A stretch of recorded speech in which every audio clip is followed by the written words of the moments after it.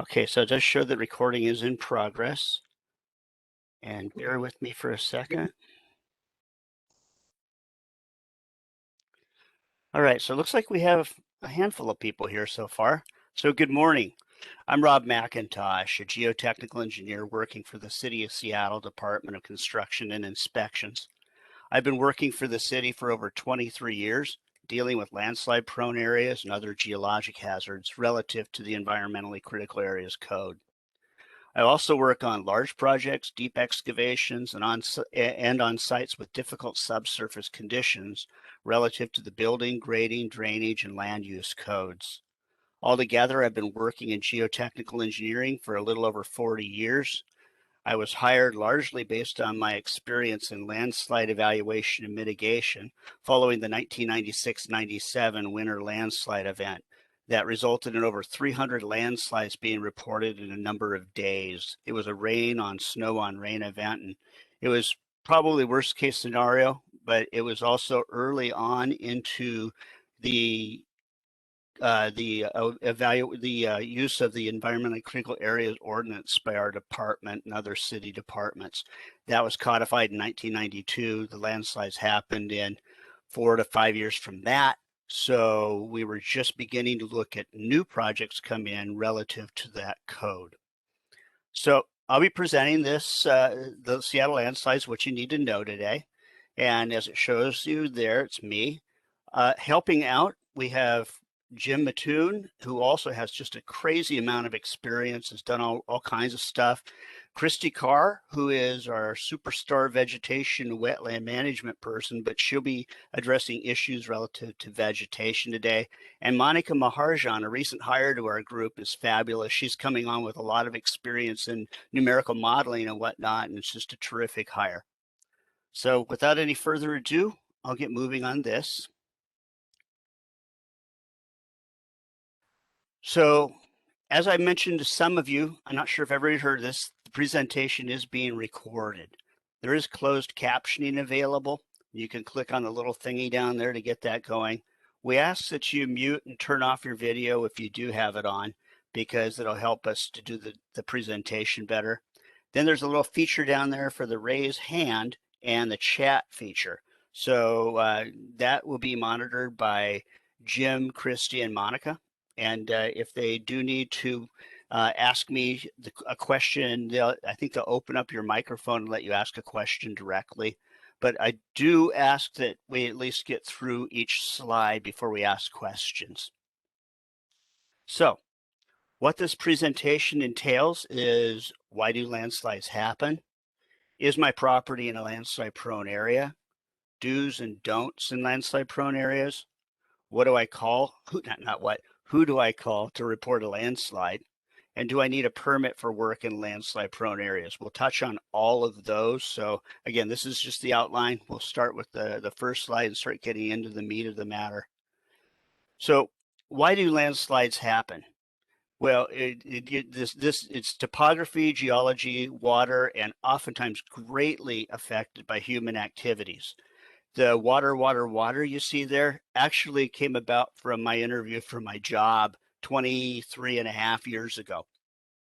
When I was asked the question by the interviewers, what three things cause landslides in the city of Seattle, I came back with water, water, and water.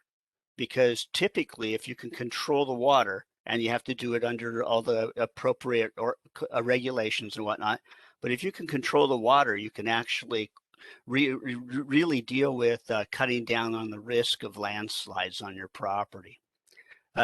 So I didn't realize it, but I think that maybe some intransigence was what they wanted in the applicants, and somehow I got the job. Human activities, which you'll typically see, sometimes people will redirect stormwater or groundwater at or near the top of a steep slope. They might put, actually we have to have a slide that gets into it in more detail, but basically if you're messing around at the top of a steep slope or at the bottom of the steep slope, you can actually be increasing the risk for you and your neighbors. The types of slides that we see. We typically see, we can bust them out generally into two things: shallow landslides and deep-seated landslides.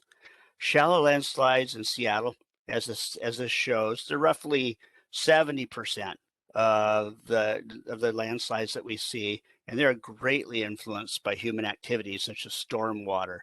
The shallow slides can be damaging. They sometimes have run out, so they're almost fluid. They carry debris with them, and they can be damaging very quickly. The deep-seated slides that we see, we haven't seen that many of them, and as you see, 20% is the number there. The deep-seated slides typically happen after periods of prolonged rainfall, a significant amount of rainfall. This particular slide that they're showing there was the Garfield Street slide. I responded to that in actually that it started taking off that one in 1998. I think the number there is not quite correct, or actually that's the upslope property where they did have a deep-seated slide at the very top, and they were putting in their a retaining wall. So they were working on that when the bigger slide happened farther down, and that was a huge landslide. You'll notice that 70 and 20 make 90. 10% of the other slides we see are things where literally it could be a slope failure where people cut into it. It could be a number of other things, even bluff recession. That basically, if you have an oversteepened bluff, it just tends to peel off over the years. The monthly distribution of landslides that we've seen. This is really interesting to look at. Those of you that are developing in the city of Seattle or just even reading up on what we're doing, you'll see that we refer to something as the wet season. We call the wet season that period of time from Halloween to April Fool's Day. So the beginning of the wet season is November 1st and the end of it is March 31st. When you look at the rainfall by month on this chart, you can see that really it starts building up in September, October, November. You're getting saturated soil. And then it really reaches its peak somewhere around December, January. Well, if you switch over to the landslides by month, you can see that the predominant the frequency of landslides we have really are in the period of time from December through March. And that's after, basically that's after the soils have been saturated. You're getting more rain, more snow, more driving force for these landslides to occur. One thing that really jumps out at me there, though, is the January landslides by month is greatly affected by the 1996-1997 event. If you subtract the 300 landslides or so that we had from that, you'll see a more normal distribution to the landslide by month, but it still does tend to peak out in January. This slide has a lot of history to it, and it's a lot of fun to look at. So the landslides by month that you saw there, the city has been keeping records of landslides in the city of Seattle from as long back as the turn of the 20th century. Originally, Henry Fitch with the city started to keep information about the landslides. He was followed by a gentleman by the name of Herb Allwine, who retired a number of years ago. Herb kept meticulous records of the landslides. When the city of Seattle engineering department split up into different departments, we then had at that time, the Seattle Transportation Department and the Department of Construction and Land Use, Parks Department, all keeping individual records for these landslide events.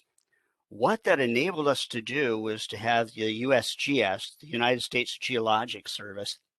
They were able to come in and take a look at some of this data to do all kinds of models. This particular one is really super handy for a lot of people. What happened was a guy by the name of Alan Schleberod did this study. Oh boy, it was probably back in right around circa 2000 or so, but he decided to plot up the days that they had 3 or more landslides. That would be a data point that he used to create this graph. From that, he was able to discern, okay, what happened with the preceding weather patterns. The 15-day, and he busted it up into a 15-day cumulative rainfall index, where you could see basically if you're getting the soil saturated in the hillside. And then the 3-day cumulative index is really more about the intensity of that rainfall, if you're getting a lot of rain really, really quickly. From that, he was able to draw a line where to the right of the line, you typically started to see shallow superficial landslides.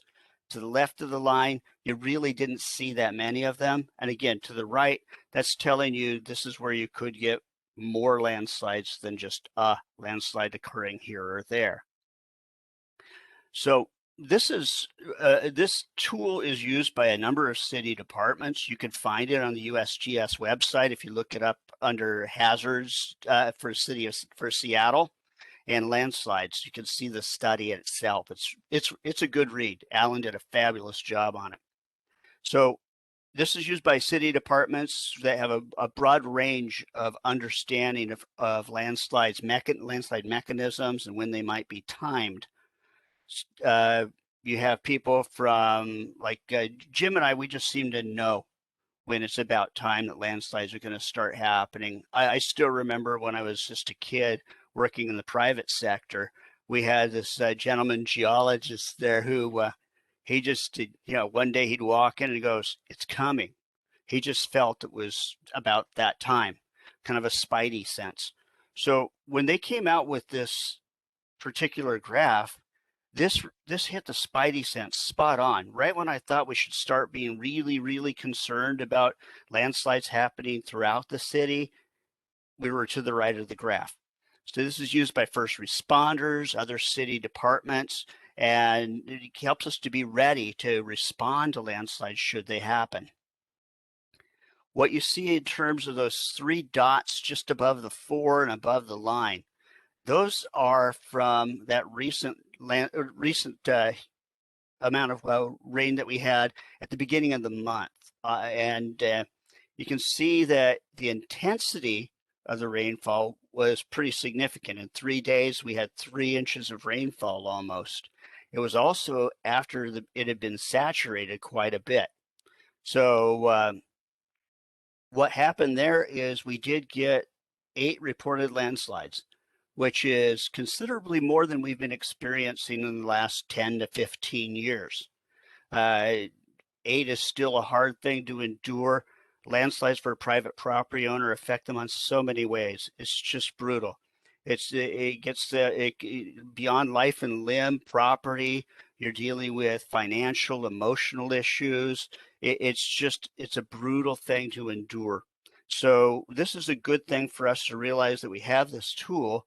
And I'm not saying that 8 landslides is something to be really proud of, but from what I understand, those slides are largely attributed to properties that have not come in for permitting relative to the ECA code. So these are older projects or something like that. So this is a really, really good tool. And as you can see, we've been using it, and the city departments are ready to go deal with these landslides should they start happening.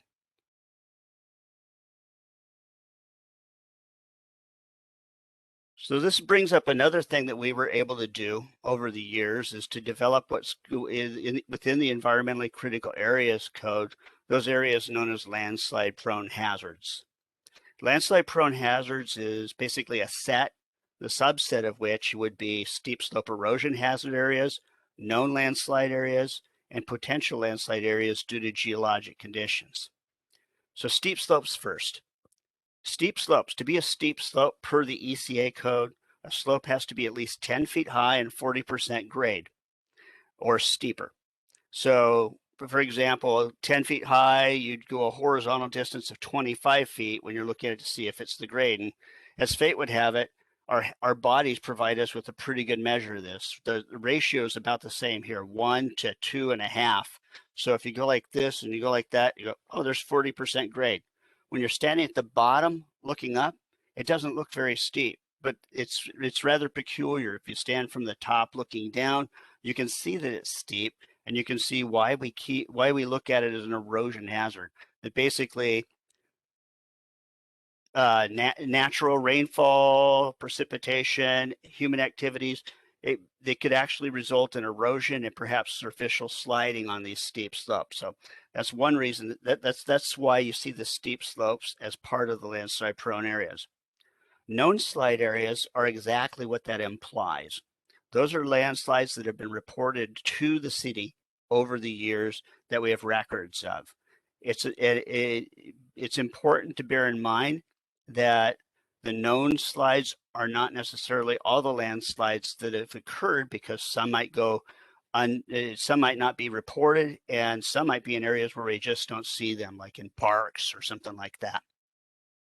The potential landslide area due to geologic conditions it's areas identified by the Seattle Landslide Study of 2000. That study was done by Bill Laprade and Bill Nasham over at Shannon and Wilson, working with our department. They went out and actually verified landslide locations as much as they could. They put boots on the ground and were able to take a good look at these things to try to figure out what was going on. They even tried to evaluate, well, if there was run out from the slide, how far did it go? This was a study that bolstered what we already had for a potential landslide areas layer in our mapping, because that layer was originally based on Donald Tubbs's PhD dissertation. I had the pleasure of working with Don in the private sector. He's one of the better geologists I've ever seen. Bill Laprade and Bill Nasham fit that regard. And then later we had a mapping project for geology that was run by Kathy Troost and Derek Booth when they were both at the University of Washington working with USGS, and they are stellar as well. So these layers are very well constrained. The steep slope areas that we've mapped are based on topography that we have from aerial photogrammetry and then LiDAR from two separate occasions. The potential landslide area is enhanced by Kathy Troost actually took a really good look at it relative to the geologic mapping that they did and helped us to try to further constrain those areas of potential landslide area that we have in our mapping. To see that mapping, you would go to our webpage, so cityofseattle.gov, SDCI, and resources. From that, you'd select GIS. You would then on the GIS, you search for an address. When you click on the ECAs, you get information about steep slopes, potential landslide areas due to geologic conditions, and also known landslides. Excuse me for a second.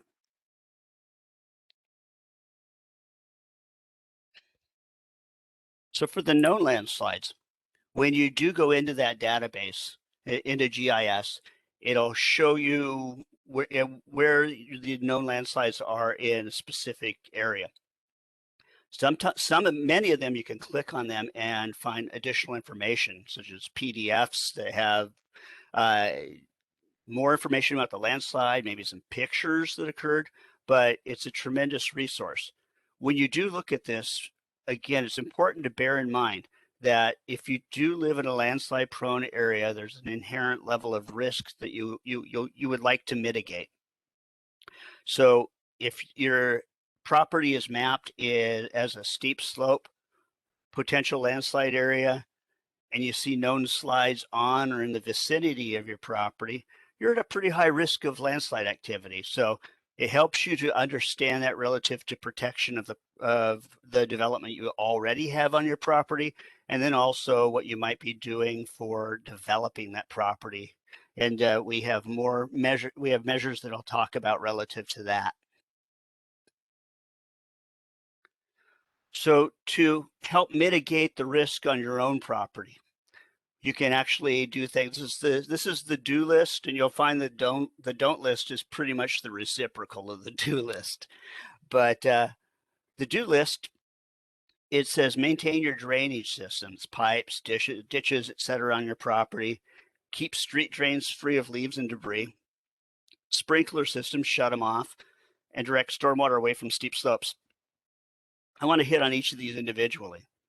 When it says maintain your drainage system, this is important to to ensure that your drains work so you don't get areas of slope saturating where they might not have if your drains have been working properly. It's important to know that to determine if those drains are legal, if they're discharging in the right location.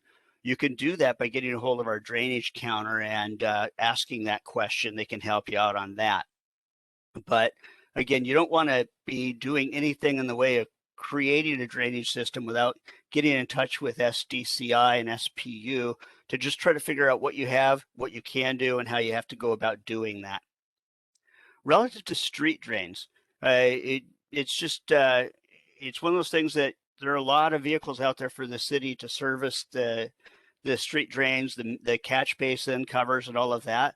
But it's a really good way to be a good steward of your area. Is just if you see a catch basin is clogged with leaves, unclog it. You'll probably help yourself out and maybe your neighbors. The sprinkler system is a big deal here. New development coming in that we're regulating. We do not allow permanent irrigation systems on a steep slope or in the buffer, and we greatly discourage the use of it even immediately upslope of the buffer, adjacent to the buffer. I have seen a number of situations over the years where these systems have failed and they've actually created a landslide. So really a bad idea. You don't want to do it, and we'll work with you to try to figure out what you can and can't do. But in terms of vegetation management, definitely last thing you're going to want to have if you have an existing property with a permanent irrigation system, you may want to figure out how you can get away without it.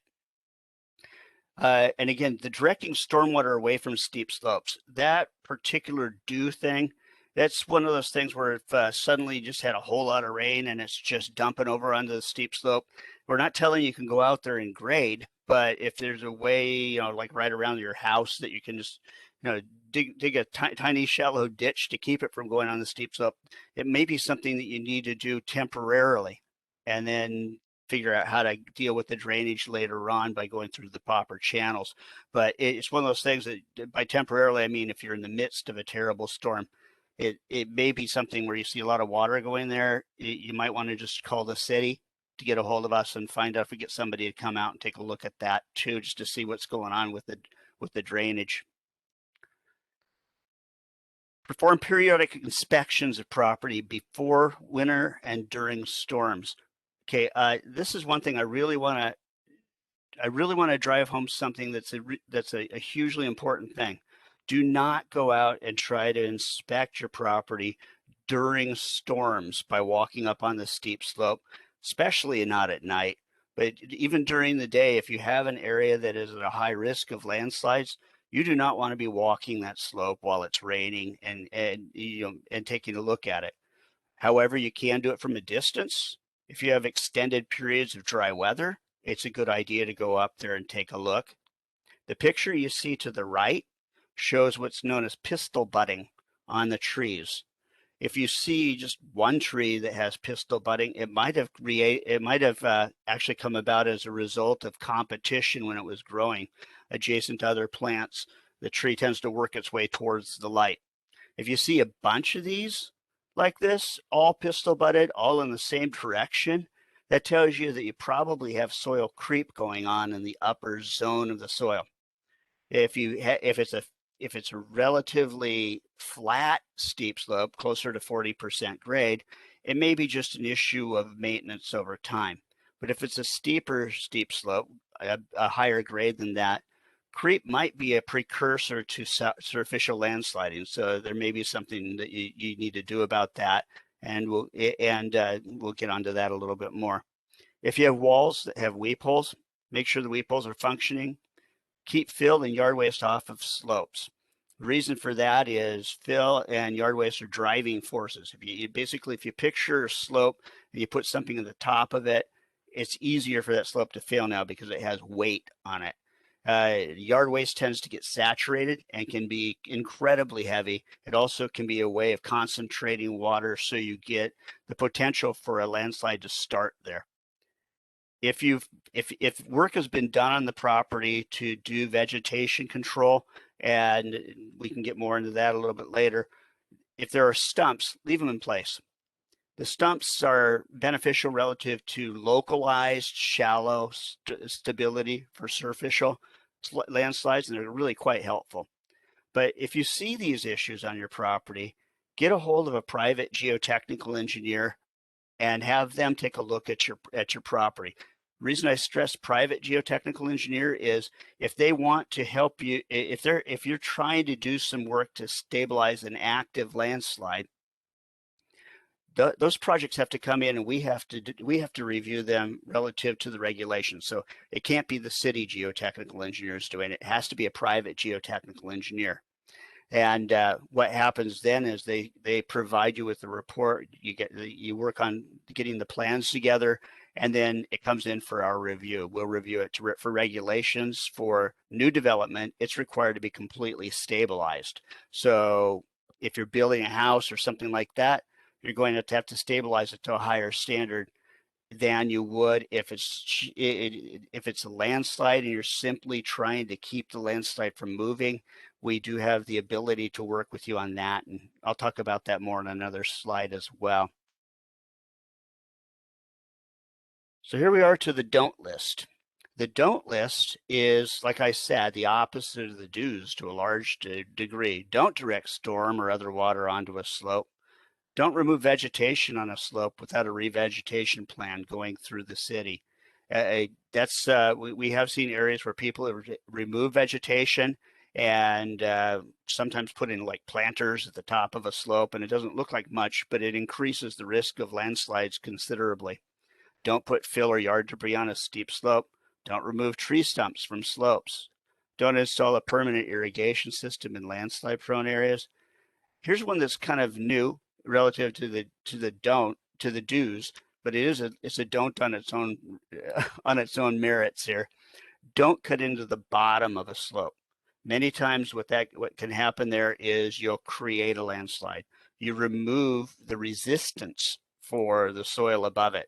So that could actually be something that can even result in a progressive failure where you cause a failure lower on a slope, then higher on the slope, it loses the resistance that it had from that soil, and it works its way on up. Again, there's no way you should be cutting into a steep slope without going through SDCI for permitting. So again, just don't do that. Walls and rockeries, if you want to build a wall or a rockery, regardless of height, is going to require a building permit with SDCI. The building code actually calls that out. So literally, it's something like I remember years ago coaching someone who came in and just asked a very simple question: can I just put in one cherry tone timber at the top of this steep slope just so I can do more gardening here? And the answer was no, you can't. Okay, if you want to do that, you're gonna have to figure out how you can do that, figure out if you can get in there and do that work, and then you're going to have to show how it's completely stabilized. So when you're looking at a situation, let's say it's been raining a lot and you're really nervous about the protection of your house, life and limb. If you really are that nervous about it, that worried about it, call 911 if it's a threat to life or safety. The most important thing in all these issues is your safety. So I've seen situations where people have had landslides on the adjacent property and they just decided to go live with relatives until the storm passed and things dried out a little bit. Call Seattle Public Utilities if you think that a utility is affecting a landslide or if it's been impacted. Call SDOT, the Seattle Department of Transportation, relative to roads that are impacted by landslides. Call us if a building is potentially, if you think that the building is at risk from an active landslide, definitely getting a hold of us. We'd have a building inspector go out and determine whether or not you can continue to have, basically if you can be inhabiting that structure or if there are limitations on that. It also starts getting us some pictures of stuff about what's going on. If the slide is in the park, call Parks Department. And this slide says you may need to call a private geotechnical engineer and structural engineer for evaluation/repair. You will. If you're in a landslide prone area and you're trying to fix a landslide, you will indeed have to get a private geotechnical engineer to take a look at it, depending on what they're trying to do to mitigate that repair. To mitigate that landslide, do a repair, you may or may not need the structural engineer. If it's a soldier pile wall or something like that, you will need the structural engineer. If it's grading to basically put in a buttress toe, that buttress toe is basically putting in material that gives you more weight, more resistance at the bottom of the slope to help to mitigate the risk of landslide from farther up on that slope. Do I need a permit?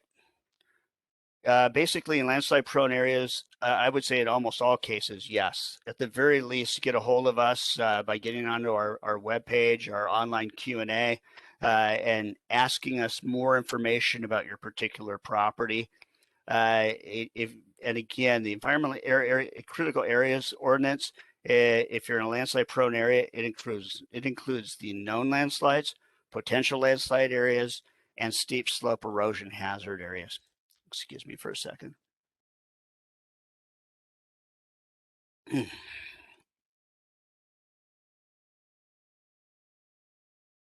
So, relative to the environmentally critical areas ordinance, no grading or disturbance is allowed in ECA steep slope areas.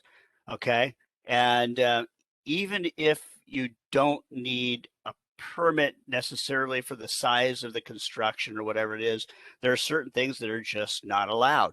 The ECA code for steep slopes is to stay out of steep slopes. That's the best available science. And that includes anything like tree houses, stuff like that. If it's in a landslide prone area and you can't get relief from prohibition or an exemption from those regulations, then you can't put that there. What the reason for that is it affects things such as runoff, the disturbance you might have constructing it might even cause some more erosion. And if you mess with the runoff and the erosion potential, it also could create landslides. So we also realize, though, that not all ECA steep slope areas are created equal.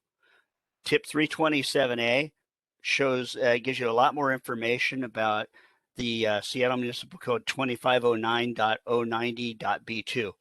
We're quite familiar with that section of the code. What that does is it affords you an opportunity to do development in a steep slope if it's approved. There's a process to go through to ask for that approval, and we may or may not be able to do it. But if we do grant the relief from prohibition on steep slope development, it's a catchy title. Our lawyers got a hold of that one. We used to call it a limited exemption. We call it relief shorthand because it gets tiring to say the whole phrase after a while. But if that is approved, it still is a steep slope. It's still beholden to all of the ECA regulations. And what the only thing you get is that ability to go in there and do some development. But again, it all has to be per the ECA code. Complete stabilization is required of new development. So the criteria we have for this are if the proposed development is located where existing development is located. More specifically, the code does say if it's areas of existing paved areas or structures. Okay, so if you're working within, if you want to rebuild, develop, just to even do some remodeling perhaps in that footprint, you apply for a relief request, and we can actually, in most cases in a situation like that, we're able to approve the relief so you could rebuild in that footprint of that structure. Second one, proposed development is located on steep slope areas created by previous legal grading. We see a lot of that around town adjacent to rights of ways. Basically, this particular thing, you have to show that the steep slopes were created by previous legal grading, that they were not just over steepened by previous legal grading. The right-of-way development, we take that as legal grading. If the grading occurred along the rights of way on private property prior to 1956, there was no grading code at the time. So by default, that would be legal grading. But again, you'd have to be able to show that the legal grading created a steep slope and didn't just oversteepen it. The third one, we thought, well, when you have a steep slope, even though 10 foot is the minimum to be a steep slope, maybe about a 20 feet high steep slope where it's not near other steep slopes would be something you'd be allowed to develop in. So again, all of these things you have to apply and we have to look at them. But in this particular situation, the magic of the 30 feet from other steep slopes is simply 2 steep slope buffers. So the prescriptive buffer for steep slope is 15 feet from the top or the toe, or the top or the bottom of the steep slope, if you will. So really that 30 feet would be, you have a steep slope here, you have 15 feet from the bottom of it, 15 feet from the top of the next steep slope. That's the 30 feet. So we can do that, but the trick there is, again, it has to be at least 30 feet away. And even then, if you do have some isolated steep slopes that are fairly close to each other, like 40 feet away or something like that, what you do on one could adversely affect the other. So it is important to realize that you still potentially have a lot of work to do in that. The fourth one is proposed development is necessary to stabilize the slope. Where we use that is for mitigation of active landslides. Okay, so you had a landslide, you want to fix it. You have creeping soil that is actually coming onto a property.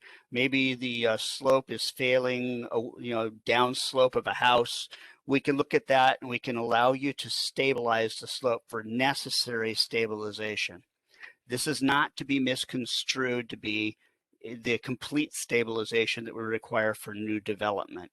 This is necessary stabilization. So when we're looking at the work that your private geotechnical engineer will be doing, they're required to show that they have factors of safety against slope movement of at least 1.5 for the static condition for new development, and then at least 1.1 for the dynamic or earthquake resistance for new development.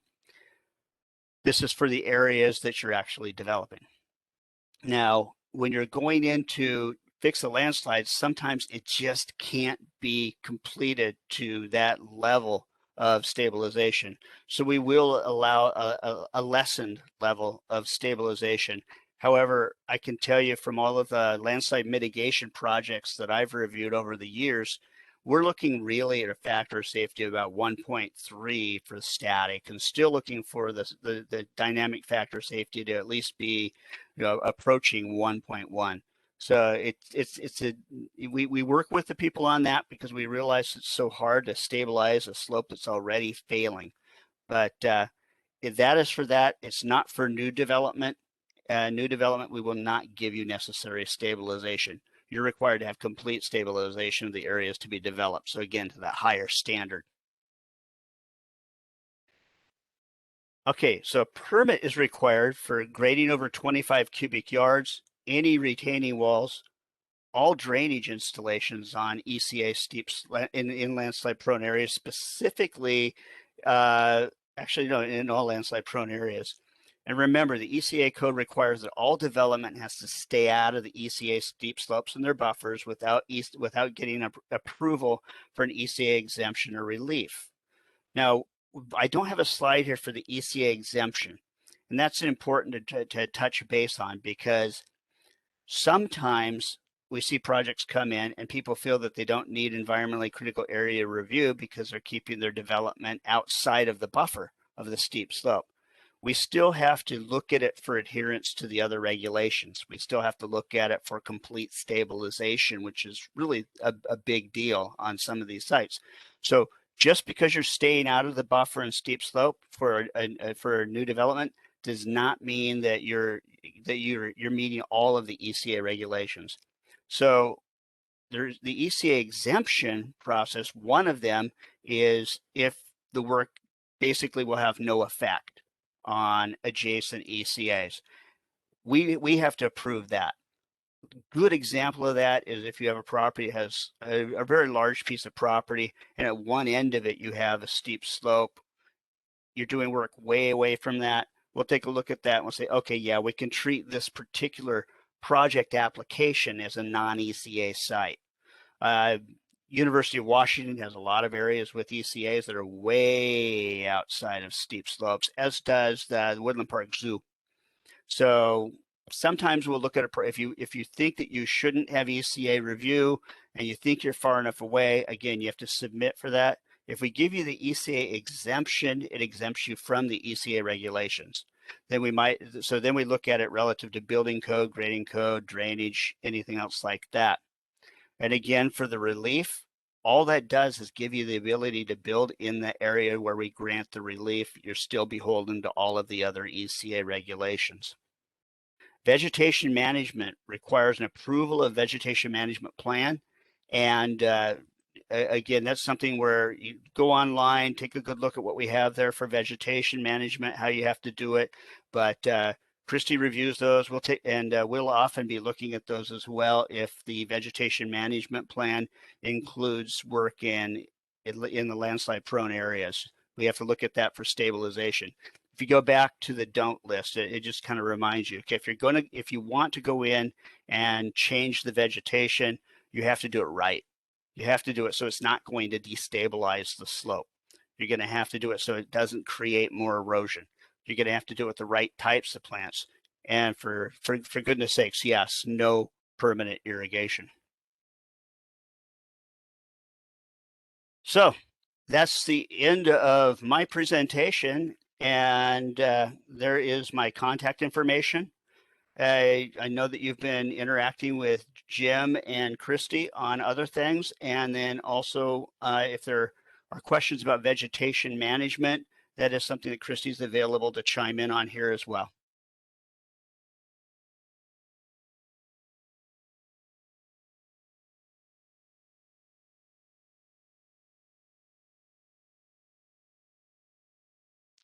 I see something about the water main break landslide in Bellevue.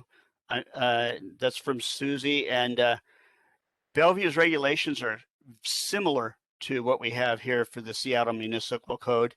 And I don't know enough about that particular landslide to even give you any feedback on it. But sometimes what happens is a landslide occurs and breaks a water pipe. Sometimes what happens is a water pipe might break and create a landslide. It's really a chicken and egg thing, and it's really, really hard to figure out what happened first in those scenarios.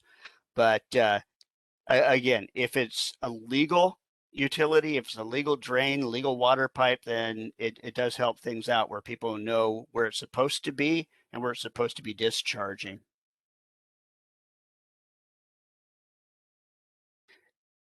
And it looks like Jim already answered a question relative to that chart. Yeah, that the study for Alan Schleberau was done specifically for the city of Seattle. The reason being that for that is because we had such an amazing amount of information to draw from. All of those known landslides that have been where we kept the records for going on, wow, 100 years. So 100, almost 125 years.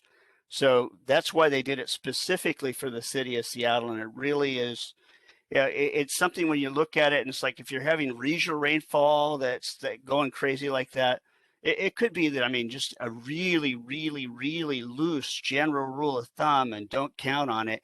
You might look at that study and say how it might apply to other areas. But again, that's really dangerous to do that because you don't have the information that the city had to be able to help Alan help us with that study.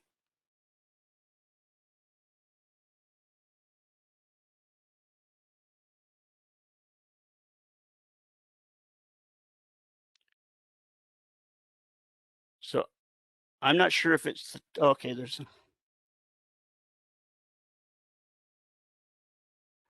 So that's a good question from Shirish. Is that Christy? Would you like to come in on that one? It looks like they're saying that their property is in a steep slope ECA. They want to plant a few native trees. Do they need a permit? Yeah, I'm happy to answer that. Generally, whenever you're doing anything in a steep slope, ECA, SDCI wants to see it prior to start of work.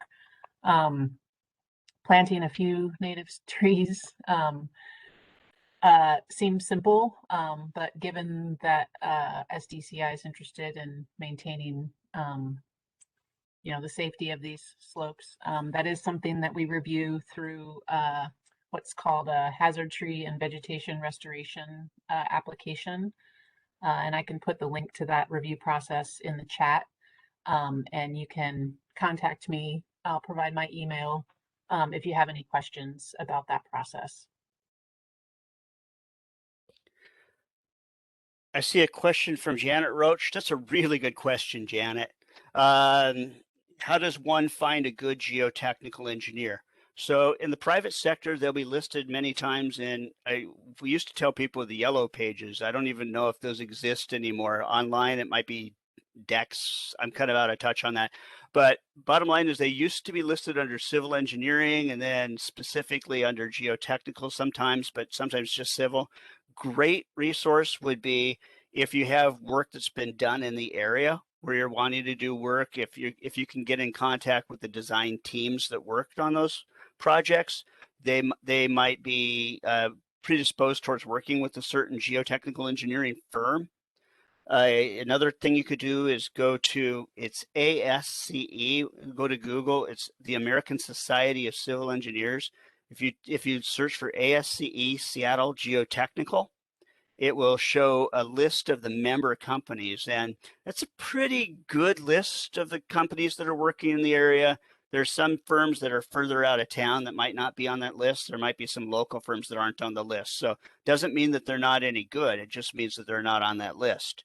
Now, when you do look at this kind of thing, if you don't have someone that's done work nearby or an architect or a general civil you can talk to, it's important when you are reaching out to these firms to get more than one proposal.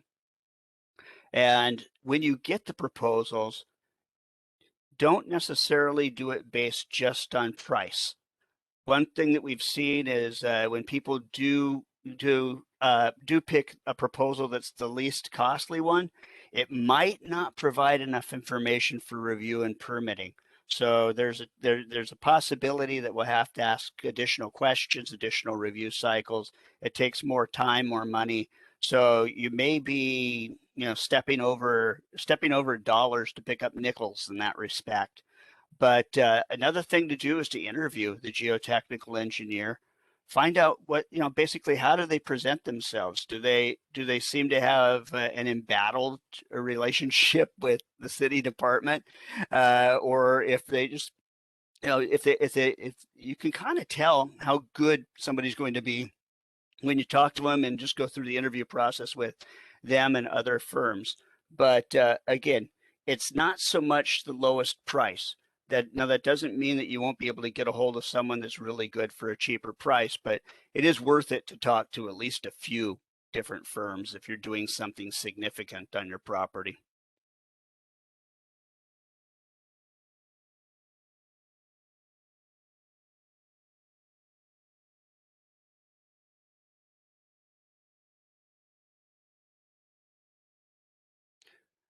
So, Vin, that's a good question.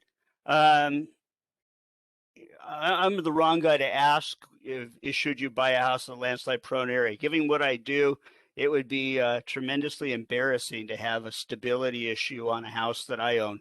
So I personally don't do it. However, all of these landslide prone areas are not necessarily the same. There are some areas where you have steep slope where you don't have a history of landslides, where you don't have a history, where you don't have difficult geology, where it may be just perfectly fine. You still have to figure out how to get it developed by getting it permitted properly, how you go about getting complete stabilization on it. But again, if the geology is fairly favorable, then that's not too hard to do. When you look on the map, if you see the ones that are in the red or orange, basically, if they're in landslide prone areas and steep slopes, or areas of known slides, you really are accepting a certain level, a certain baseline level of risk relative to slope movement in those areas. Now, with the right engineering, with the right permitting, you can do it so you, because again, we're requiring people to do complete stabilization of the developed areas. So you can do it. It's just a function of how much money. If you're really serious about a property that you want to develop, then definitely getting hold of a private geotechnical engineer, having them do an evaluation for you. It's kind of hard to do right now because they're all really busy. The economy has stayed ridiculously strong throughout the pandemic. So it's kind of hard to get somebody out there to do that kind of work. But another thing to look at is, again, if you're looking at a property and there are all kinds of known landslides around it, that's a higher level of risk. If there are one or two, there's a level of risk you have to consider. And again, if it's a steep slope and it doesn't have known landslides anywhere near it, and it's not mapped as a potential landslide due to geologic conditions, you're probably in pretty good shape. But again, there's a certain level of risk you assume by developing within a landslide prone area. And probability of houses collapsing, again, for new development, we require complete stabilization. One thing is if new development's being done at the top of a slope, sometimes that might mean piling, that might mean something else. It might be really stiff foundations, but you're trying to keep that. You're not trying to. You're required to keep complete stabilization. One thing I didn't mention in my talk, this is a huge thing, is if you're developing at the bottom of a hill, many times you'll be required to get a catchment wall constructed. Catchment wall you do either as the back building wall that is a structural concrete wall with no openings, or it might be a soldier pile wall that sticks up above the ground. But a catchment wall helps to protect the property from landslides that are coming from above down on top of it. And that's something that we really work with people a lot about. It's an interesting thing. We sometimes have pushback in terms of the wall height or the loads need to be from property owners themselves, like they want to build an accessory dwelling unit behind their house next to the slope, but they don't want to do a catchment wall in an area that has a history of destructive landslides. Yeah, I'm sorry, but that's something that has to get resolved. There also is a tendency on the part of sometimes our brethren in the geotechnical engineering private sector to go with lower wall heights. And again, that needs to be defensible. I recently looked at a project that was probably about a year and a half ago where the geotechnical engineer was, I'm not kidding, recommending a catchment wall height of 1 foot. So what that implied to me was, well, are you saying there's no risk of damage from a landslide? Or are you trying to do this as an erosion control feature? 1 foot tall catchment wall. So my correction notice asked for the technical justification for a catchment wall only 12 inches in height. Just to draw attention to the fact that, look, are you saying you don't need it, or if you need it, it has to be appropriate. So it's a long-winded answer, and Ben, you're thanking me, so good. I'll shut up for that one.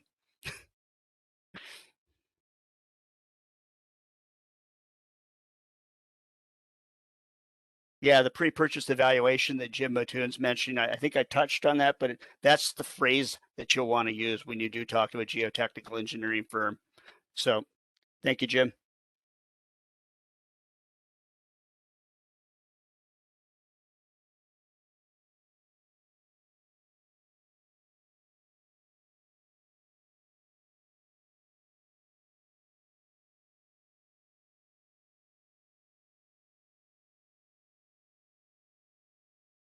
So Christy, it looks like we have some time. Did you want to get more into the vegetation aspect of things, or?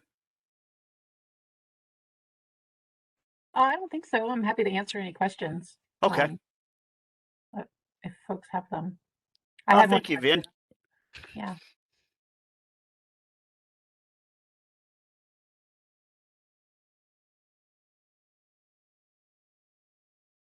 This is a caller. I have a question. Okay. What does the Parks Department do if you have a slope with creeping trees that kind of overhang? I mean, can anything be done about that? If it's the park above a property and it's starting to creep with, like you said, what are the solutions? Well, that's a really tough question because it depends on a lot of things, the topography, the geology, what's going on in that park. But I guess a thing to start with would be to contact the parks department. They do have a geotechnical engineer that works there, and they do have people that go out and take a look at hazard trees and whatnot. So they can respond to that kind of thing. I think that it's not uncommon that trees on park property or other city-owned property present issues for private property owners. The ECA code, however, does for the most part apply to park and other public properties. Right now in my queue, I've got a violation for someone who lives adjacent to a park property, and they did some tree management both on their own private property and park property, and it resulted in a notice of violation and a fine for them, as well as the requirement to do some restoration work.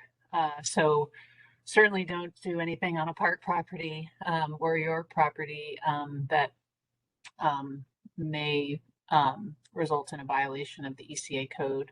Rob had a great suggestion to contact parks. They do have arborists as well as geotechnical engineers that can hopefully help you with any sort of tree or vegetation management that is needed.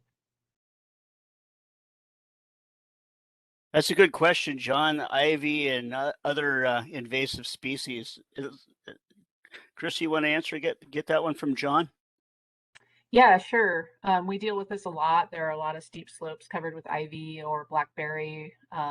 That's pretty common. The process is, again, that application that is called a hazard tree removal or vegetation restoration that SDCI looks at. And right now, the way that we review them is if the area that you're interested in looking at is over 750 square feet, then we require you to have a private geotechnical professional provide a letter that your work would result in complete stabilization. And the geotech would provide those recommendations for timing, phasing methods. If it's less than 750 square feet, then the application is routed to Rob or Jim or one of SDCI's other geotechnical engineers for their review, and they may provide some requirements for you in terms of timing. In terms of plant material, we do have a standard ECA mitigation plan. I can put the link in the chat that has some recommendation for plants on steep slopes, and generally we're looking at plants with a more rigorous root system or quickly establishing plants to help with slope stability and erosion control. And I think that's about it.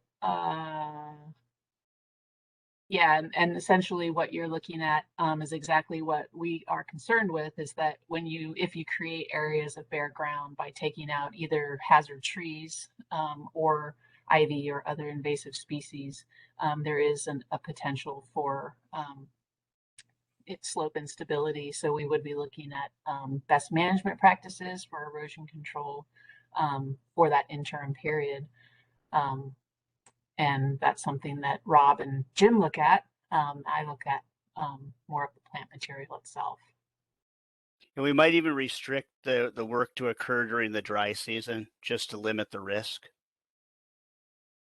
Right, and those are the things that we'd be looking at in the application materials, is in terms of the timing that needs to be specified. And so any approval for work on a steep slope would have those conditions of approval, which would be your timing, your methods. Usually we don't allow equipment. It needs to be done by hand. So it can start to be kind of a challenging piece of work depending on the the size of the area.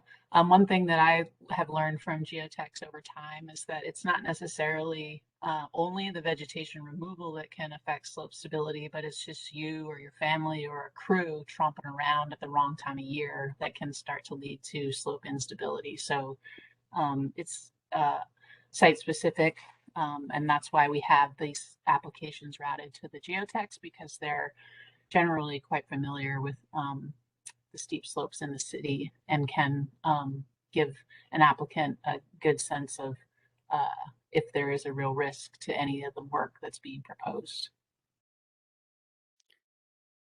Shirish is saying, speaking of debris, you advised against any yard waste on a steep slope, even light trimmings from vegetation, pruning, trimming of vegetation. I guess first of all, you have to deal with it in terms of whether or not the vegetation management plan. But I personally don't see a reason that you shouldn't be able to haul that material away from the slope and keep it off of it.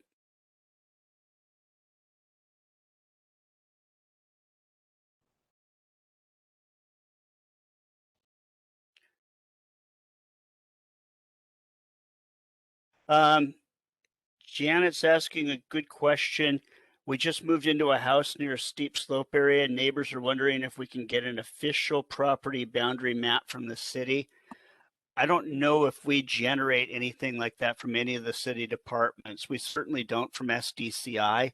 You would need to get a professional land surveyor to come out and establish those boundaries to get it absolutely legitimate.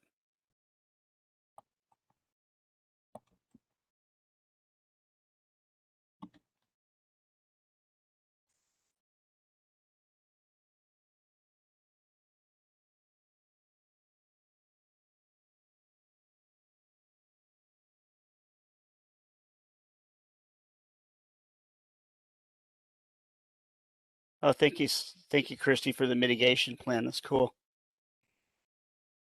I was reminded by an arborist a number of years ago at another presentation because I said I really like Kinnickinnick because of the name. He said that that's probably the worst thing you can put on a slope, but then I've heard otherwise from some other people, so I'm sticking with Kinnickinnick. I don't know what I'm talking about. It's just the name sounds good. I like the name too.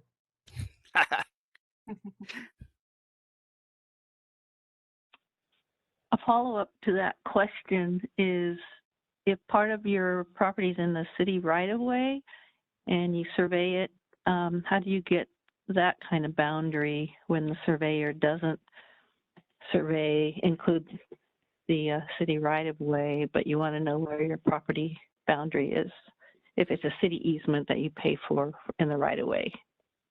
I think any professional land surveyor would be able to get that information for you as well.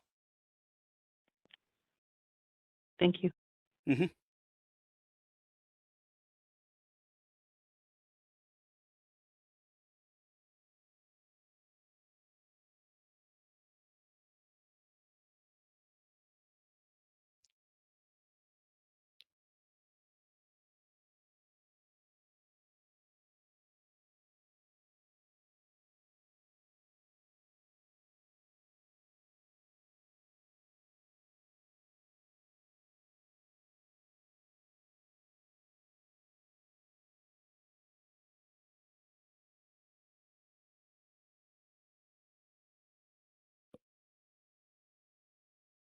So we've taken 1 hour of the 2 hours we've been given.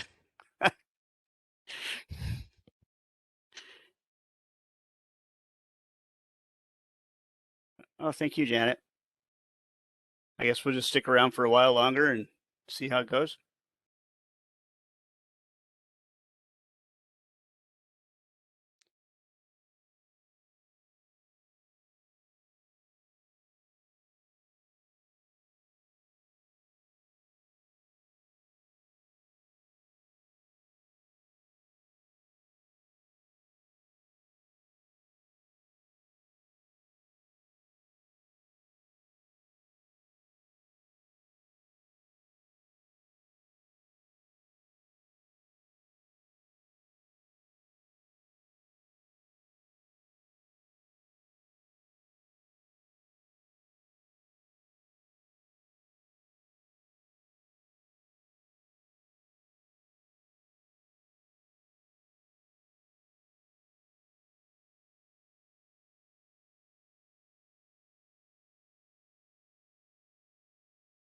My screen just froze. Can you still hear me? Yes, we can hear you, but we can't Okay. see you anymore. Okay. Don't know what happened there.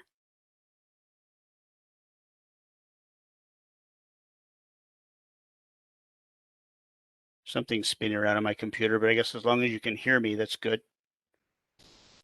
Yeah, this actually happened to Pao yesterday, Hmm. right about this same time too. Um, Wow. Wonder if they time this out after an hour or something. What did Pow do to rectify it, or did he not? I think he totally disappeared, so I think he actually rebooted, Oh, okay. and came back. I figure as long as you can hear me and my screen is responding, we're good enough. Yeah, I don't know, Rob, what our instructions are to stay here until noon, in case folks are jumping in and out, or if anybody else in this group here has questions. Um, we can keep answering them. By all means.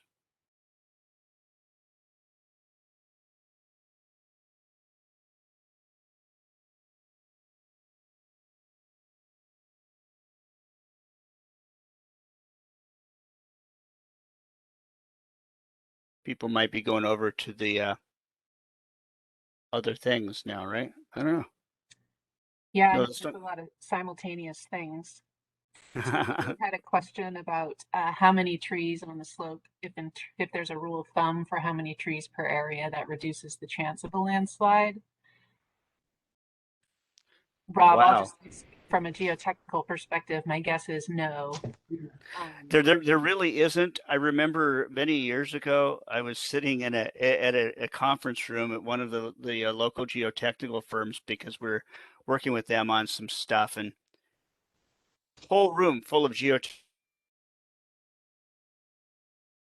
That would happen. Well, I think Rob left us completely now. Uh, the link to the ECA standard mitigation plan that I provided, that SDCI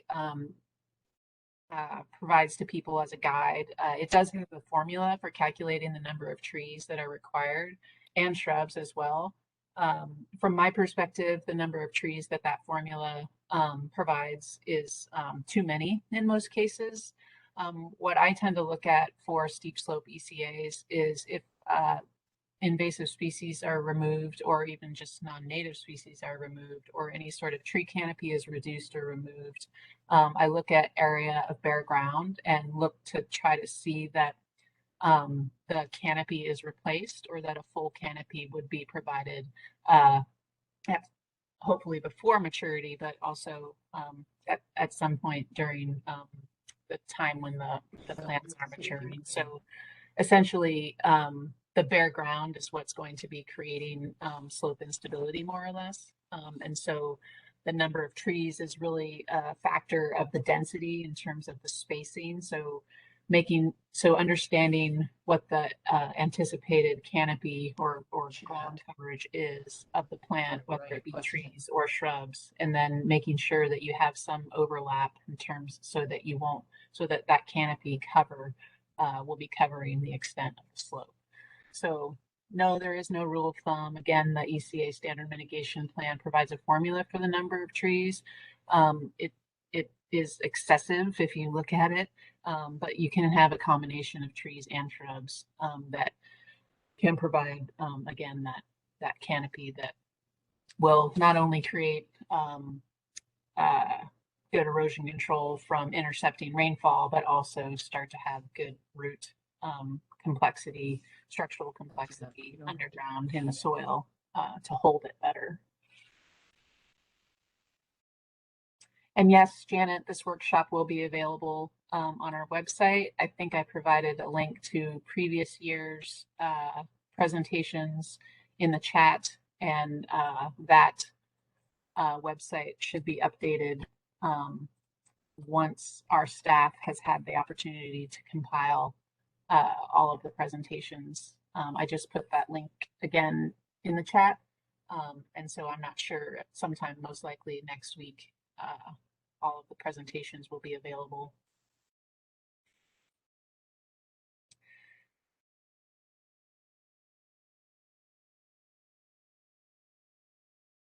I don't have a favorite plant in terms of shrubs or ground covers for a steep slope. I think they most native, the ECA code requires, and we certainly like to see more native species in our urban landscape. Sword fern is a good pick. Snowberry is a good pick. And of course, our native conifers, a lot of people don't like them because they tend to grow tall and block views. But if you're not concerned with that, Douglas fir, western hemlock, western red cedar, shore pine is nice if you're looking for a shorter conifer. Big leaf maples are really common on steep slopes, but they do tend to have more branch drop or breakage. So we see a lot of those come out in terms of hazards, so don't recommend replanting them. Oregon ash is nicer for drier sites. Vine maples are a nice smaller native maple species instead of the big leaf maple. Did you send it? Yeah. So can you hear me again, Chrissy? I had to reboot completely. Yeah, we lost you, but yes, you're back. Okay. I'm seeing a question from George Olson about sidewalk at the foot of the slope is buckling and you're concerned for your property. You'll want to probably, is the sidewalk in the right of way? Yes, yeah, I believe it is. Okay. So one thing you do is contact SDOT and see if they could send somebody out to take a look at that. And then the sidewalk, is it at the bottom of the slope or the top, George? It's at the bottom. Okay, so definitely, I think getting SDOT out there, they do have a couple of geotechnical, they have actually one geotechnical engineer that I think would be able to go out there and take a look at it. So if you call SDOT, get a hold of them, I think that'd be a great start. And then if they say it's all your problem, getting a private geotechnical engineer would what you want to do to evaluate the relative level of risk. Your property, do you see any indication of the slope moving, or is it just buckling in the sidewalk? I would say it's just that buckling up higher on the slope where our property is, where there is a bit of sidewalk, and I believe a walkway around my home that seems to be sagging a little bit too, so. Okay. And I'm not sure if that's over the years, or are there any significant trees nearby? Because sometimes the buckling, you'll see tree roots growing underneath the sidewalk. No, that I haven't seen, yeah. Okay. And then, yeah, just it might be a function of like the sidewalks saying, oh, no, they're not all built great sometimes either. So I think getting SDOT to take a look at it would be a good idea. Yes, that's excellent advice, I think. Thank you. You're welcome.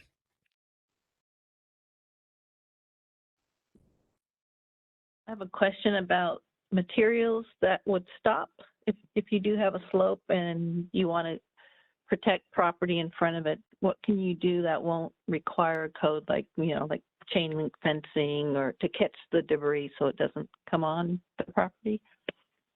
So again, that's something where you'll definitely have to have a geotechnical engineer involved because it might be that you need a catchment wall.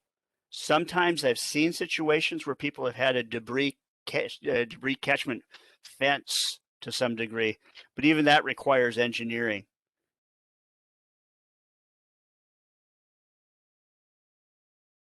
And then what we've typically seen, I mean, it's really a function of the level of risk that you might have for slope movement, the potential for debris to be part of that slope movement, the potential for a shallow, fairly fluid slide. There's a lot goes into that question. So the answer isn't really easy.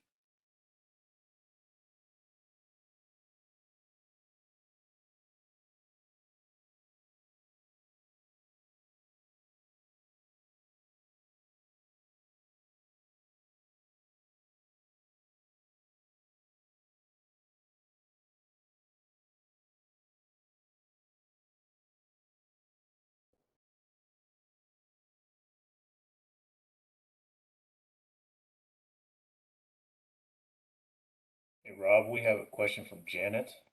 And Okay. She wants to know when this workshop would be available on our website.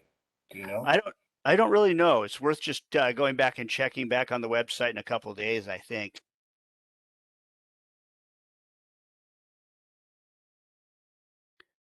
Janet, if you could have seen me trying to even get set up for the meeting, you'll realize I'm not the technical genius here. Thank you. I'm going to sign off now. I need to go back to church. So All right, George. Well, thank you. Thanks so much. Take care.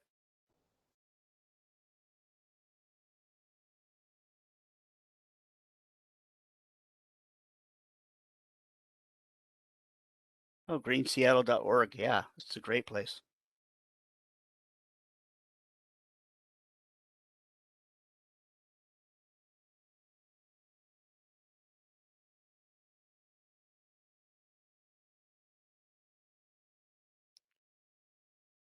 The landslide in Magnolia, relative to that, honestly, there's not a whole lot I can tell you about that because I know that there are a number of city departments looking at that. I have not specifically been involved, and it's really at the infancy in terms of the informational gathering stage. But what I can tell you in generality is, from what I understand, it's a structure that was built prior to the ECA code coming into effect. And if that's the case, then the measures that we would typically look at for new development probably weren't used there. That's about all I could tell you right now.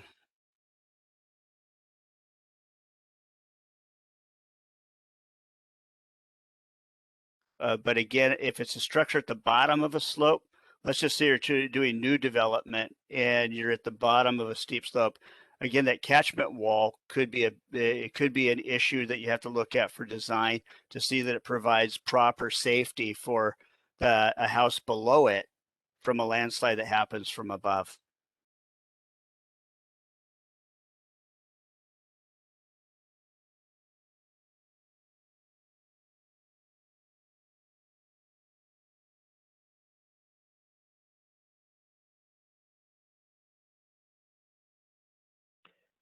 Would you like to go through the steps if it does happen, hypothetically, what an owner could do in stages or from beginning to end? The stage step. In terms of a landslide has hit their house or something like that? Yes, hypothetically, what do you do? Yeah, hypothetically, I mean, first of all, 911 needs to get involved. If you have a landslide that's hit a residence, you need to be concerned about life and limb first and foremost. So getting people safe would be the first part. Then the various responders come out, we'll take a look at it from our department's perspective, a building inspector and maybe one of us geotechnical engineers, but usually it's the building inspector first. They'll go out there and take a look and see if occupancy needs to be restricted on the property. Then, assuming that that's been dealt with, the next step would be mitigation of that landslide. That would require the private property owner to get a private geotechnical engineer, probably a structural engineer as well, because you've had damage to a house. Not probably, you would. And then you go from there, whether you rebuild completely or rebuild the house itself. And then what measures do you need to put into place to protect that recently reconstructed house or new house from additional slides? So again, that's be something where you're probably looking at a catchment wall of some sort as part of your design. And then if neighbor built a wall and you're wondering what to do about it, this sounds like a terrible answer, but it's a great answer, is go on to our webpage and file a complaint. The reason I say that is it gets the right people involved right away. So you'll get it. Probably what would happen is a building inspector would go out and take a look at it. Our code compliance people would determine what to do from there, depending on what the building inspector sees. Sometimes things get down to, unfortunately, it's a civil matter. If it's not an ECA site and there's a wall that was built on or near a property line and there's a certain height that it doesn't even need to get engineered. So those are things that come into play. So definitely getting hold of our complaint line would be the right way to start that.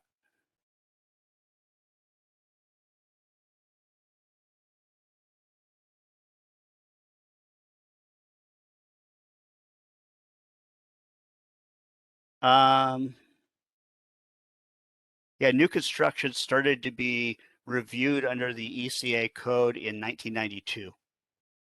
And then you have simply a question mark. And my oldest son used to work at Amazon. So whenever they got a question mark email, everybody panicked because it was from Jeff Bezos. So I'm not sure if you have a question.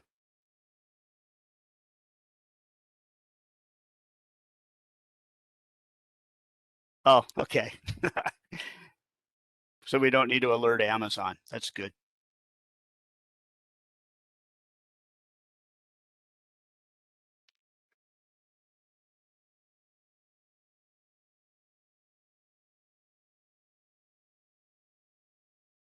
Excuse me, Rob, I just wanted to follow on to that question in terms of when the ECA became effective and getting back Mhm. to a point, a discussion topic in your presentation about when relief can be granted.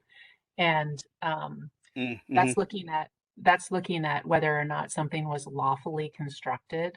So Right, even if it occurred before the ECA became effective, if it wasn't something that was lawfully constructed, then most likely SDCI wouldn't grant relief.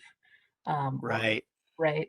So And then also one thing to bear in mind is I appreciate that, Christy, because the initial code did allow intrusion into the steep slope area without going through an ECA steep slope area variance process of up to a third of the steep slope if you couldn't avoid it. And that was almost impossible to try to regulate.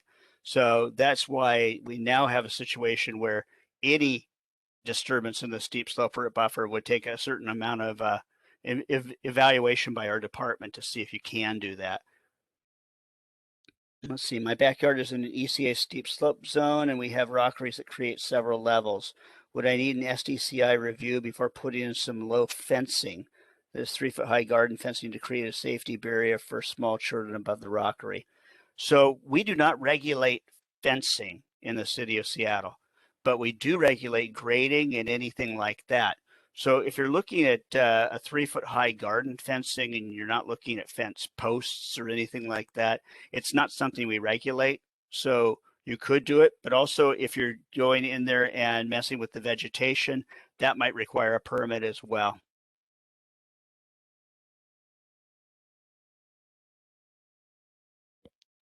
You're welcome.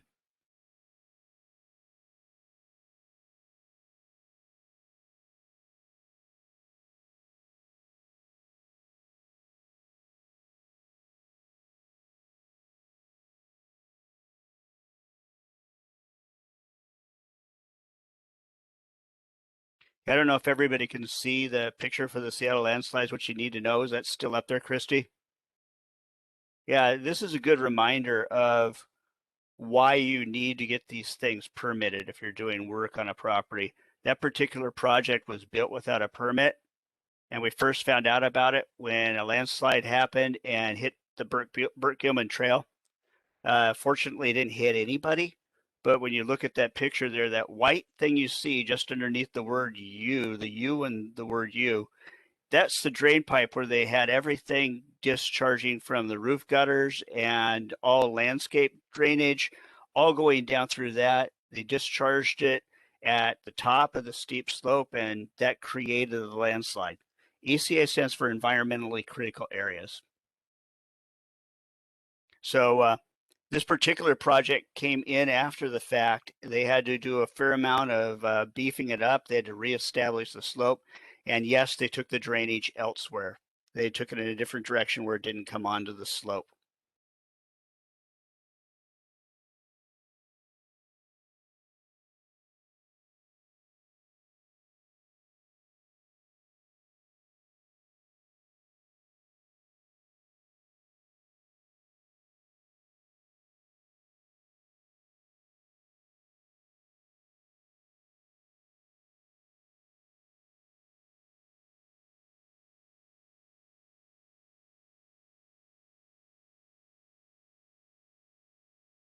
Well, that got us to 11:30-ish.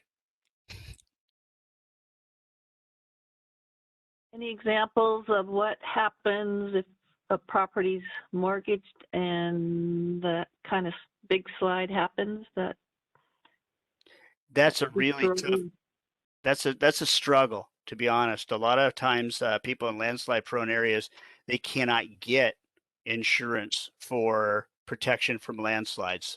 That is a really tough thing to do.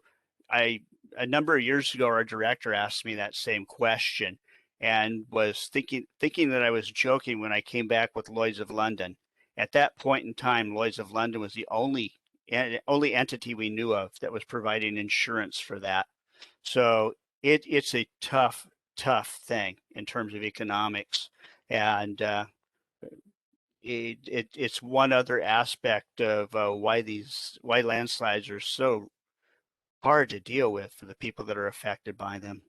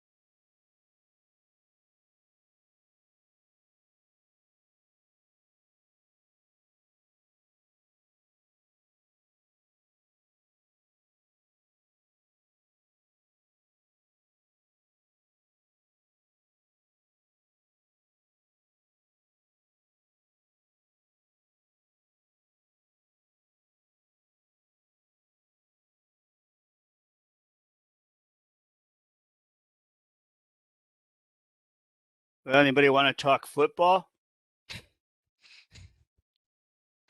You know, the playoff games come after we're done here, so that's pretty cool.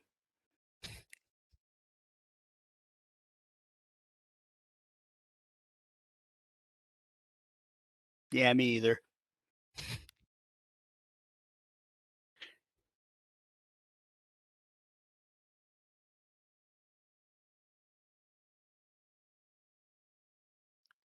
Oh, I hear you, Vin.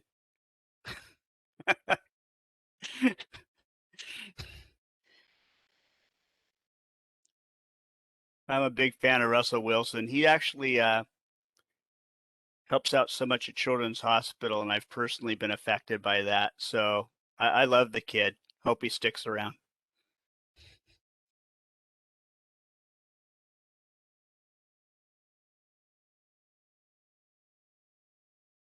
Can you talk about earthquake / landslide scenarios?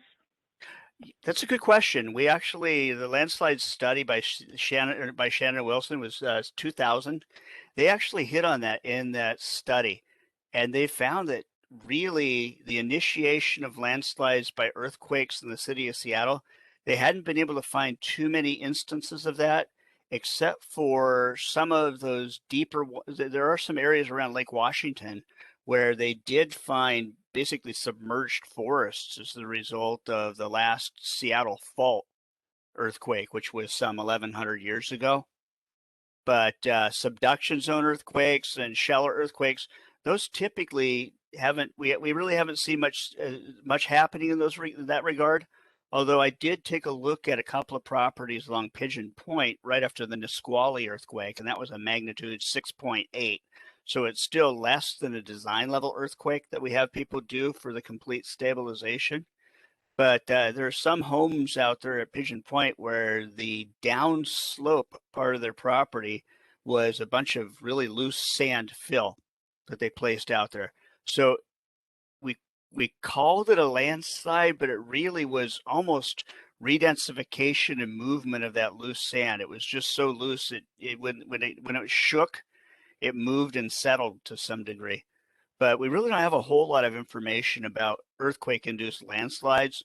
And I typically find that when people are doing the complete stabilization for these projects, if they're getting the static factor safety of 1.5 or better, more often than not, the seismic is just fine too. But you do have to look at that really, really hard. And some areas where you have really like deep-seated landslides, that seismic factor safety might be really, really difficult to do because your failure surface for the landslide might go fairly deep.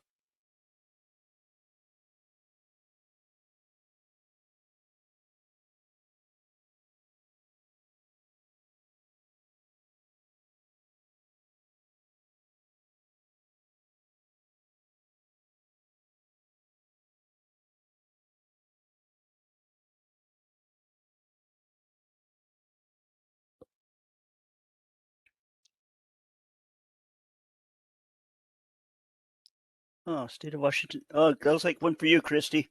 Oh no, that's from you.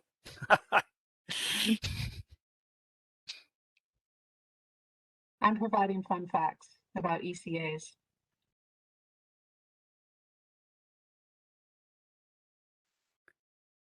Yeah, that is a good thing to read up on is the Growth Management Act.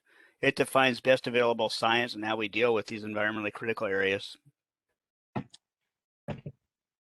And it's really the why, I think. I think we can Mhm. get lost pretty quickly in the pretty complex set of regulations that is our job to implement and apply, but there is a reason why we're doing it. You're welcome, JF. Thank you.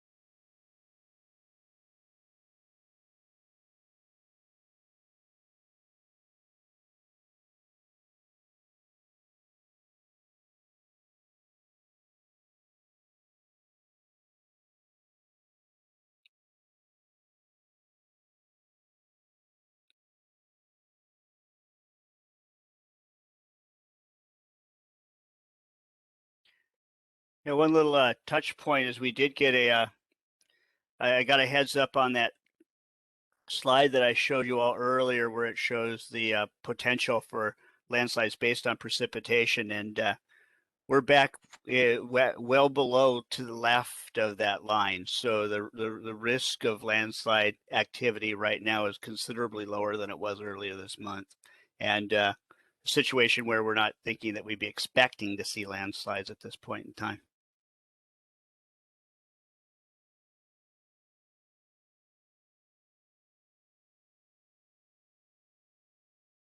Janet, yeah, I'm not sure what changes we might expect to see with the ECA code. One thing that's really cool about this is that it's working. I still don't like to hear about 8 landslides when it's been raining a bunch, but compared to the 300, which helped to provoke my hiring here at the city, it's a great thing. So it's a tough code in to regulate. We have to think pretty hard about it every day, but it is working. So I'm not sure what changes we might see for that. The last time we did a rewrite, we did readdress certain things for vegetation, which helped to enhance the code. But I don't know of anything in particular we're looking to change right now. Christy, any thoughts on that? Yeah, I think to Rob's point, the code as written is working, and generally what these updates are intended to do is to address things that aren't working, or to, Rob mentioned best available science. And so if there have been any updates to best available science, the local jurisdiction is required to review it and incorporate it into their regulations if applicable to their jurisdiction. I'm not aware of any additional best available science related to landslide hazard areas that we would need to review and look at. The mapping that was done recently that Seattle updated would have been something that would have been part of an update, but since that was done so recently, likely no mapping changes will be done. So the only thing that I would anticipate is potentially some improvements to clarity. We are working on that right now as part of what's called omnibus legislation.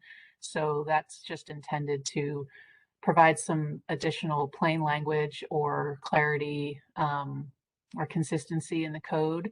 So hopefully we've taken care of the majority of that with some legislation that's happening right now. But I don't anticipate any big changes to the ECA code. The state requires us to review and update as needed every 8 years. But like Rob said, for the most part, our code's working. So we likely won't see big changes.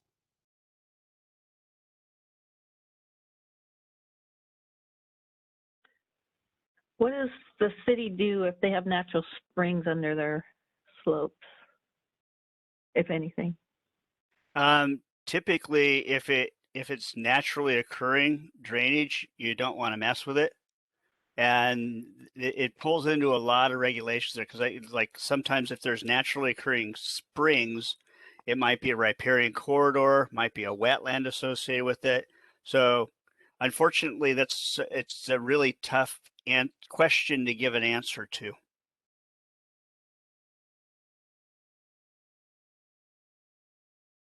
Yeah, I think to Rob's point, generally we see a lot of what are called slope wetlands. So those are wetlands that are actually, they get their hydrology or they get their water sources from naturally occurring seeps on slopes. And so those areas would be regulated as both landslide hazard areas as well as wetlands. So it's not uncommon that you get sort of some overlapping regulations, and the code more or less says the same thing, is that stay out of it, and particularly related to hydrology on a slope, don't mess with it is the key takeaway, I would say.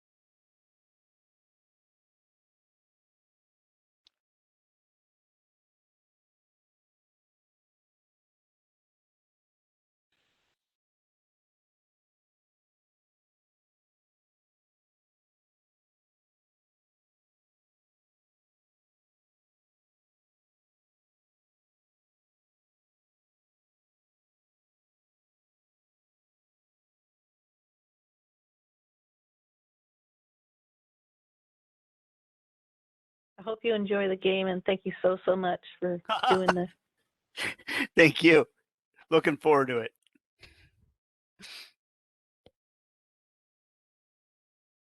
There's a question about the chat, and yes, the chat is included. I think, Rob, you've got something to do at the end to make sure the chat is captured in the recording, but Yes. that's the intent, is yes, to capture the chat. with the recording that's posted.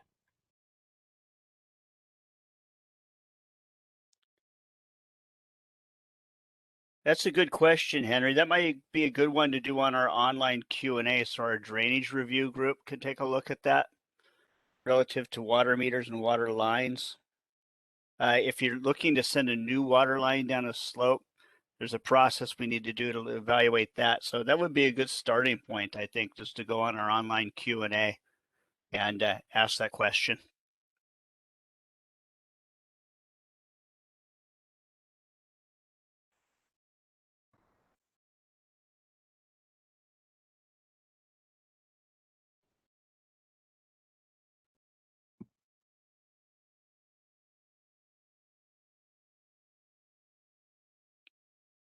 Oh, thank you, Christy.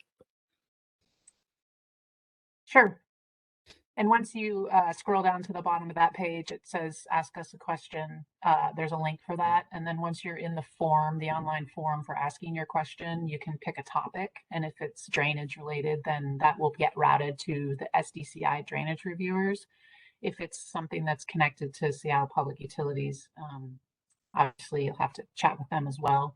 My guess is that our drainage folks can point you in the right direction for help you with that at SPU. You're welcome, Henry.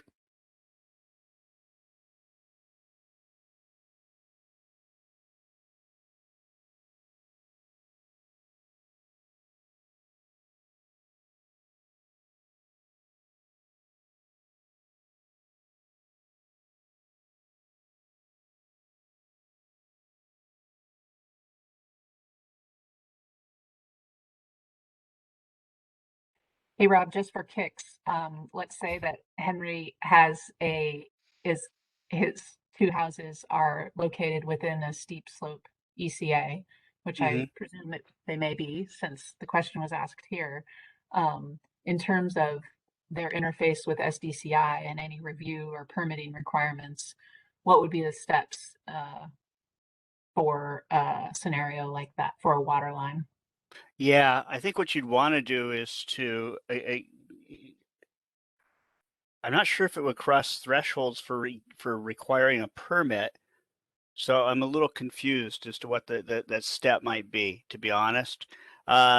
Typically, if you want to take it through a steep slope and it's a pressurized water line, we really don't like you to do that because if those water lines break, they actually can cause a slope failure. But if that's where the existing line is and you're trying to work on that, again, I think a good starting point would be to talk to our drainage people and see what that does in terms of requiring a permit. I think you'd require a grading permit at the very least, even if it's not 25 cubic yards of cumulative disturbance to the slope, just because it does increase the potential risk to the slope. So if that were the case, then you probably would have to do a pre-application site visit. And then if there's a potential for relief from prohibition on steep slope development, you'd be requesting that after the pre-application site visit. If we approve that relief, then you would simply submit your plans and supporting information to get that reviewed for the grading permit. And if it is something that it may even be where you'd have to look for an ECA steep slope area variance process if we cannot grant relief. So a lot goes into that question. Well, luckily Henry doesn't have a steep slope, so. Oh, no steep slope? Good. Oh, there it is. Good job, Henry. It'll probably be an easier question.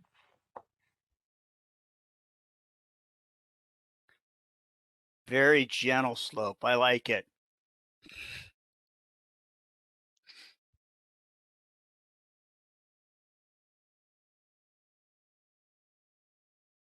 So yeah, starting with the drainage people would be the perfect answer there relative to that.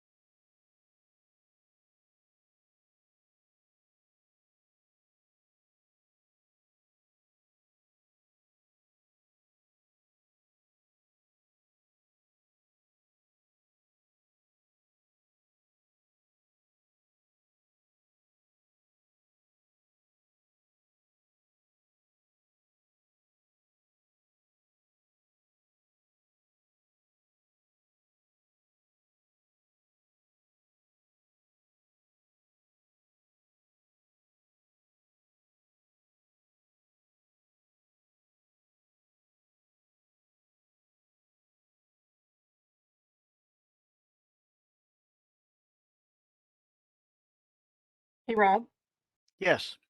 I have a question for you. Okay.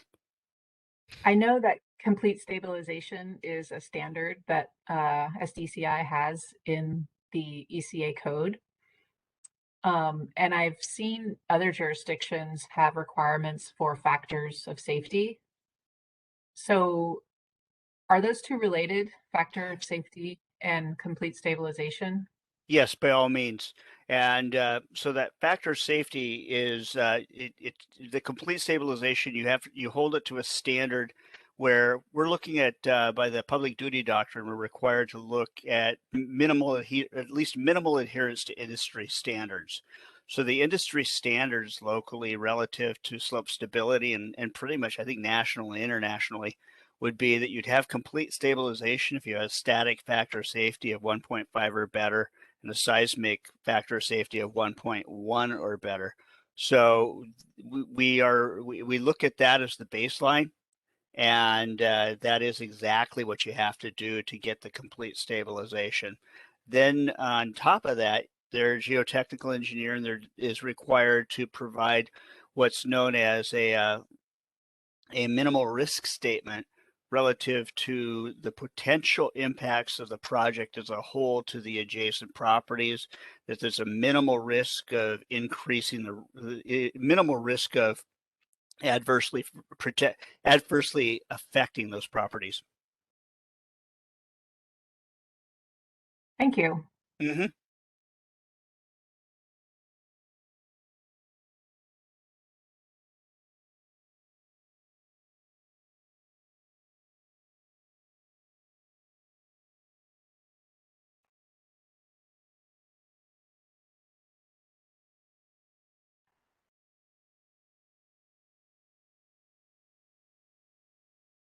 Well, we're getting close.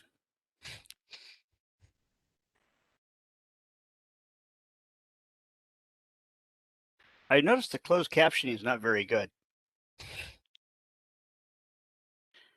Because well, we're getting close looked like wow, we're hitting close.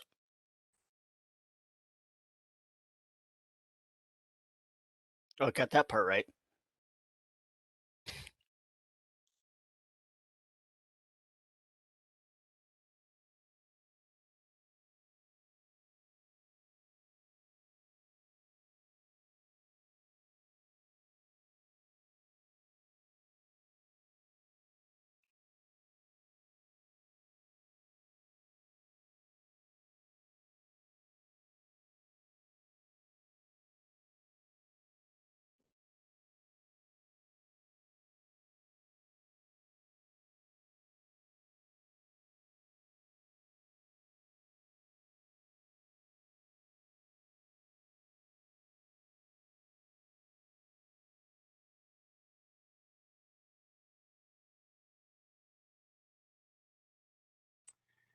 Rob, I have a trivia question for you. Ooh, goody. Okay. What's the steepest natural slope in Seattle? Wow.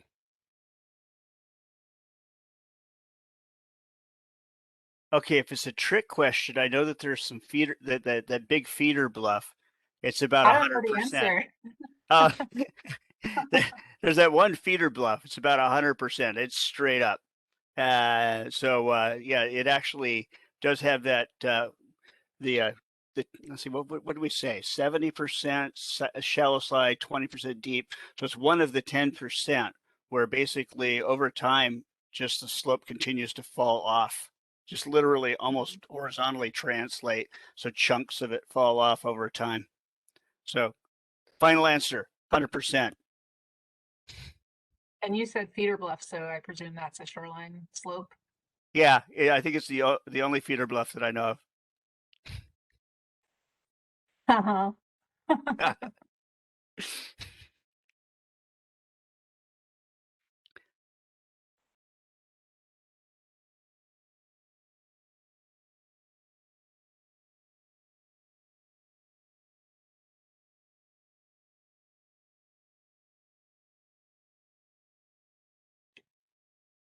What do we got for time here? Let's see. 11:50.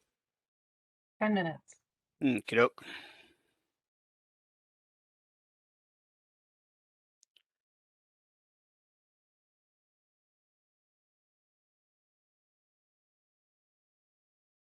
So Rob, out of curiosity, we regulate steep slopes, which I think we call steep slope erosion hazard areas, but we also regulate potential landslide hazard areas. And those are defined in terms of percentages. Is that correct? And is there a range, I presume, up to 39.99%? Well, the code, the way it was originally written, again, based on Donald Tubbs' dissertation, he actually called it out as 15% or steeper for the potential landslide areas, but it's more about the geology. So really, you're looking at the geology, and then you're also looking at, do you have sloping ground? There are some areas in town that are mapped as potential landslide areas due to geologic conditions, but they don't have steep slopes on them. So really the question there is more, if you're doing development, are you going to create a problem by putting fill on a relatively flat area in bad geology and causing a slide, which I have seen on a number of properties, but that's rare. The bigger question is, if you're going to be excavating, say for a basement or for a bigger building, do excavation, you'll probably need shoring to protect the adjacent properties because the soil conditions are unfavorable. But yeah, it's 15% was the way it was originally written. But again, the trifecta you want to avoid is being steep slope, potential slide due to geologic conditions, and known slides. Thanks. I'm trying to think of good vegetation questions. I don't know enough about it to ask.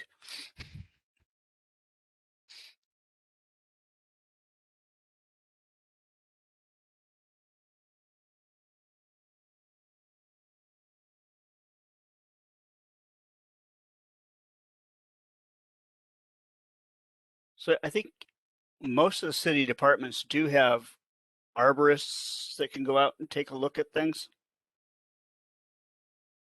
Say like it's a right of way or something like that. I believe SDOT still has an arborist or two. SDOT has quite a few arborists. Okay. Yeah. And yeah, parks. I think FAS is a department, right? Yes. That sits in charge of some public properties. SPU, I think, has some arborists. They definitely have biologists and ecologists. Yeah, there's a lot of arborists with the city of Seattle. Yeah, I used to ride the bus. Do you remember the days when we used to come into work? I used to ride the bus with one of the SDOT arborists. Oh, yeah, they have quite a few. They've That's got good a though. pretty great. Yeah, well, they have a lot of trees are in the right of way. Yeah, but I could Street offend him by right using the word of way. kinnickinick inappropriately. So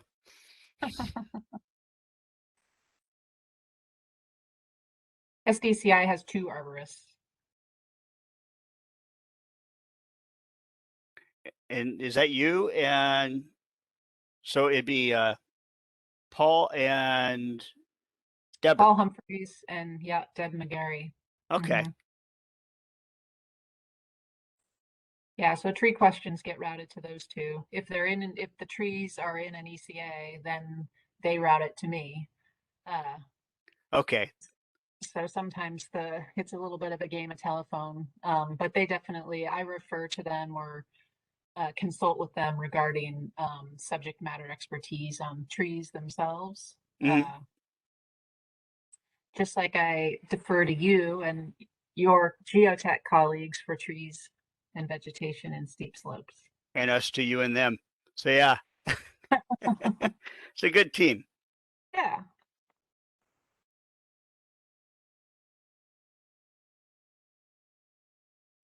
Well, what are we at here?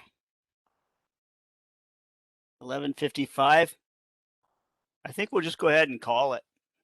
We haven't had a question for a while. So thank you, everybody. Thank you, Christy, for being great companionship on this and for the terrific answers.